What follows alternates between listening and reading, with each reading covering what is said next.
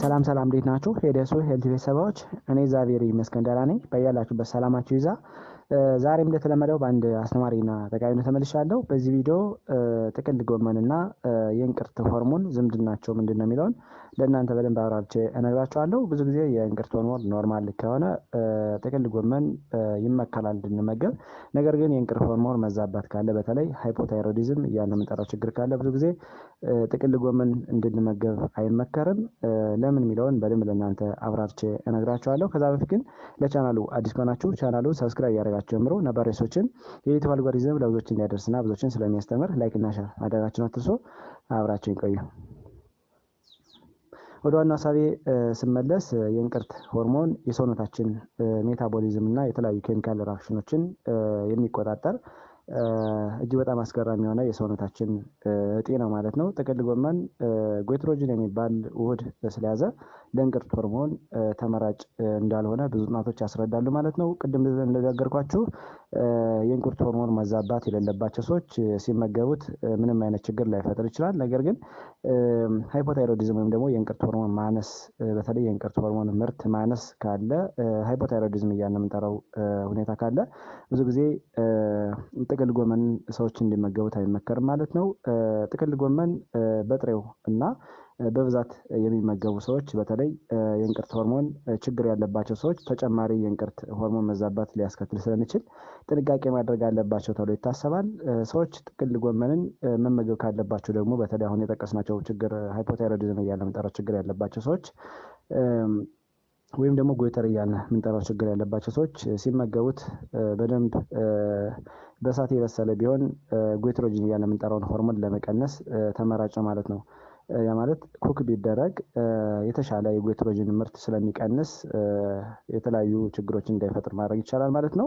ጎይትሮጂን ሜታቦላይት ሲሆን ቅድም እንደጠቀስነው ግሉኮስኖሌት፣ ጎይትሪን እና ቲዮሲያኔት የሚባሉ እጅግ በጣም አደገኛ የሆኑ ውህዶችን ፕሮዲውስ ያደርጋል ማለት ነው። እነዚህ ውህዶች የታይሮይድ ግላንድን በተለይ አዮዲንን እንዳይመጥና አዮዲንን እንዳይጠቀም ብሎክ ያደርጉታል ማለት ነው። በዛ መሰረት የአዮዲን ምርት ከሌለ ደግሞ በጣም ችግር ሊፈጠር ይችላል ማለት ነው። በተለይ አዮዲን በጣም አስገራሚ የሆነ በተለይ የታይሮይድ ግላንድ ታይሮይድ ሆርሞንን እንዲያመርት የሚያደርግ በጣም አስገራሚ የሆነ ኤሌመንት ነው ማለት ነው። ስለዚህ የታይሮይድን ሆርሞን ሊያዛባ ስለሚችል ስንመገበው ጥንቃቄ በተሞላበት ሚንስ ቢሆን ይመረጣል ማለት ነው። በዚህ መሰረት ጥሬውን የሚመገቡና ከመጠን በላይ የሚጠቀሙ ሰዎች በተለይ ደግሞ ቅድም እንደጠቀስነው የታይሮይድ ሆርሞን መዛባት ችግር ያለባቸው ሰዎች አሉታዊ ተጽዕኖ ስለሚያስከትል የሰውነታችን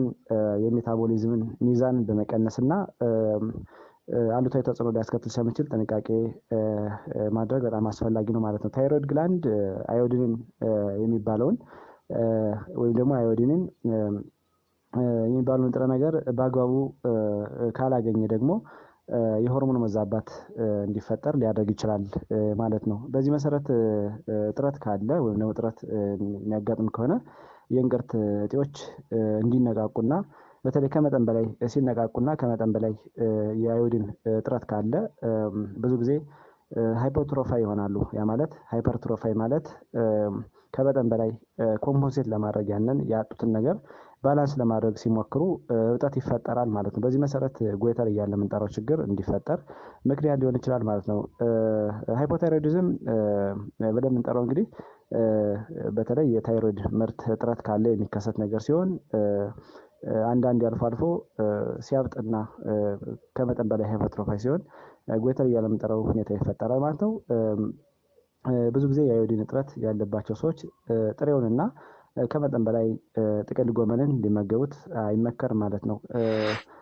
ስለዚህ ሰዎች መመገብ ካለባቸው ማብሰልና በደንብ ይሄን ጎይትሮጂን ለምንጠራው ምርት ስለሚቀንስ ማብሰል ወይም ደግሞ እሳት በተፈጥሮ ጎይትሮጂንን ቅድም የጠቀስናቸው እንደ ግሉኮስኖሌት፣ ጎይትሪን እና ቲዮሳያኔት እያልን የምንጠራቸውን ውህዶች እንዳይለቀቁ ስለሚያደርግ እንዲሁም ደግሞ ስለሚቀንስ ስንመገበው ለታይሮይድ ግላንድ ሴፍ ይሆናል ማለት ነው። በዚህ መሰረት መመገብ እንችላለን ማለት ነው። ነገር ግን አሁን እንደጠቀስነው በተለይ ሃይፖታይሮይዲዝም እና ሊቮትሮክሲን እያለ የምንጠራቸውን መድኃኒቶች የሚወስዱ ሰዎች ይህን ምርት ለመጨመር ብለው የሚወስዱ ሰዎች ጥሬውን ጎመን እንዳይመገቡት ይመከራል ማለት ነው። ሌላው እንደ ማጠቃለያ ያህል በተለይ ሰዎች ሃይፖታይሮይዲዝም ያለባቸው ሰዎች ማድረግ ያለባቸውን ነገር ነግራቸዋለሁ ማለት በተለይ ጎመን ሲጠቀሙ በደንብ የበሰለ ወይ ኩክ የሆነ ቢሆን ይመረጣል ማለት ነው። ቅድም እንደነገርኳችሁ ጥሬው ጎመን ጎይትሮጅን የሚባለው ውህድ ስላለው ጎይትሮጅን ሰዎች ሲመገቡት ይህን ነገር የተለያዩ ነገሮችን ፕሮዲስ ያደርጋል። ለምሳሌ እንደ ግሉኮሲኖሌት፣ ጎይትሪን እና ቲያዮሳያኔት እያለ የምንጠራቸውን አደገኛ የሆኑ ውህዶችን ወደ ሰውነታችን ስለሚለቅ ሜታቦሊዝምን ያዛባል ማለት ነው። ያ ማለት ታይሮይድ ግላንድ በአግባቡ አዮዲንን አብዞርብ እንዳያደርግና አዮዲን በአግባቡ እንዳይጠቀም ስለሚያደርግ የታይሮይድ ሆርሞን ያዛባል ማለት ነው። በዛ መሰረት ሰዎች ሲመገቡት በተለይ አሁን እንደነገርኳቸው የሃይፖታይሮይዲዝም ምልክት ያለባቸው ሰዎች እና ዲያግኖስ የተደረጋቸው ሰዎች ብዙ ጊዜ ጥቅል ጎመንን ኩክድ ብታረጉትና አብስላችሁ ብትጠቀሙ ይመከራል ማለት ነው። ሌላው ለሃይፖታይሮይዲዝም ተብሎ የሚሰጡ መድኃኒቶች ለምሳሌ እንደ ሊቮ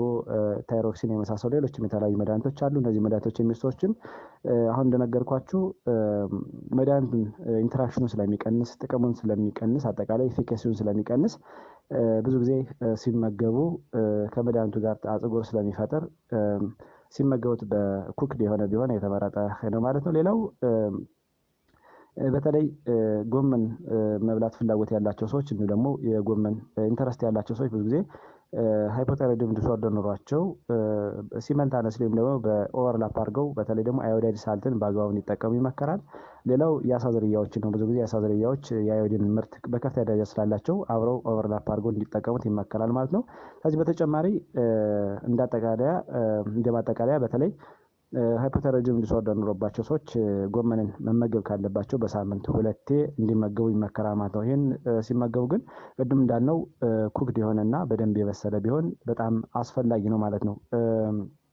በተለይ ጎይትሮጅን የሚባለው ይሄ ከፍተኛ የሆነ ስትሮንግ የሆነ ኮምፓውንድ ብዙ ጊዜ ከታይሮይድ ግላንድ ጋር ኢንተራክሽን አለው ቅድም እንደነገርኳችሁ። ስለዚህ ይህንን ብሬክ አፕ ለማድረግ እና ኮንሰንትሬሽን ለመቀነስ ሂት ወይም ደግሞ ሙቀት ትልቅ ቫልዩ አለው ማለት ነው። ስለዚህ በሚበስልበት ጊዜ በሙቀት ወይም ደግሞ በእሳት በሚበስልበት ጊዜ ቅድም የጠቀስናቸው እንደ ግሉኮሲኖሌት ሌሎችም እንደ ጎይትሪን እና ቲዮሳያኔት የመሳሰሉ ውህዶችን በቀላሉ እንዳይለቀቁ ስለሚያደርግ ሂት በጣም አስፈላጊ ነው። ስለዚህ ሴፍ እንዲሆንና ስንመገበው የታይሮይድ ሆርሞንን ላያዛባ ይችላል ማለት በዚህ መሰረት መመገብ እንችላለን ማለት። ከዛ ውጭ ግን ከመጠን በላይ እንድንመገበው አይመከርም፣ እንዲሁ ደግሞ ጥሬውን እንድንመገበው አይመከርም ማለት ነው። በተለይ የሃይፖታይሮይዲዝም ምልክት ያለባቸው እና ዲያግኖስ የተደረጋቸው ሰዎች ስትጠቀሙ በደንብ ኩክ የሆነና በሳምንት 2 ብትጠቀሙት ይመከራል ማለት። ከዛ ውጭ ግን ጥሬውን እንድትመገቡት አይመከርም፣ እንዲሁ ደግሞ ከመጠን በላይ እንድትመገቡም አይመከርም ማለት ነው። ዛሬ በዚህ ቪዲዮ ጥቅል ጎመን እንዴት ነው ሃይፖታይሮይዲዝም ያለባቸው ሰዎች የማይመከረው እንደው ለእናንተ በደንብ አብራችሁ ነገርኳችሁ። እናንተም የተወሰነ ግንዛቤ አግኝታችኋል ብዬ አስባለሁ። ለሌሎች እንዲደርስ ላይክ እና ሼር አድርጉት። እንዲሁም ቀጣይ መለቃቸው ቪዲዮዎች ለእናንተ እንዲደርሷችሁ የደወል ምልክቱን መጫን አትርሱ። አመሰግናለሁ። ባይ ባይ።